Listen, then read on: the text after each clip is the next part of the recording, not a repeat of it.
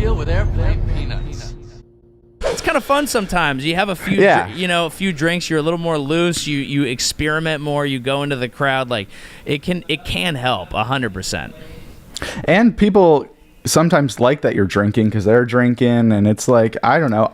One of the things that made me like comedy so much growing up is like I like that everyone seems like they're getting after it. Like it's a party. I don't know if you saw the Comedy Store documentary, but back in the day when they were going through all those dudes, like the Kinnison and all those guys, like that was fucking absurd. Like I was like, yeah, totally. And I'm like absolutely a party guy. Like I love doing it. I was like, there have been times where I've been bummed. Like I thought comics would party more, but the older I get, the more I'm like, okay, it's a balance. Like sometimes it is party time, and sometimes it's very much work time, and make sure that you're healthy, and like everything's a balance, and everyone's balance is different. But I really like being around comics that push me to focus more and be more businesslike. But I very much get along with comics who are like, let's fucking party, and I'm like, let's go. Yeah. That's awesome. I feel like the crowd work with a little buzz going, just wet the whistle a little bit. I feel like that might be a little easier. I don't know.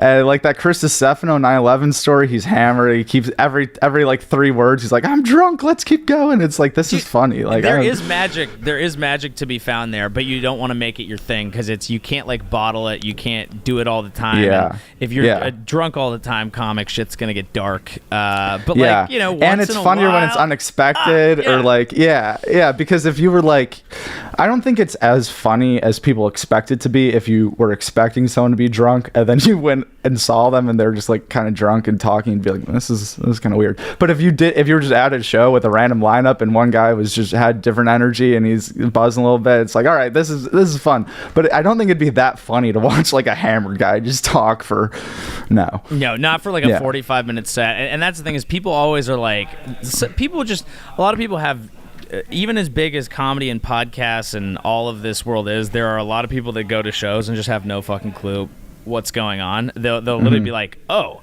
you guys are always hammered, right? And I'm like, what are you talking about? Like, no, it's a hard, there's a relative degree of difficulty to what you're trying to do.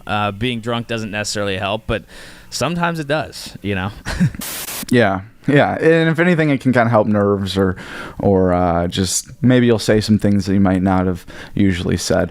So this has been a lot of on-stage content, but some of my favorite things that you do are the little skits, or just like videos that aren't obviously stand-up. I guess they would be called skits, but sometimes skits I hate the word skits. I hate and I hate when people like my parents will call like stand-up skits, like actual stand-up, like your skit, and I'm like, it's so funny people still use that word, especially in the era of stand-up becoming like, like I'd love for someone to go up to Drew Michael after he does like 20 minutes about being like horribly depressed and like wanting to kill himself, and they're like, what was that skit you closed with?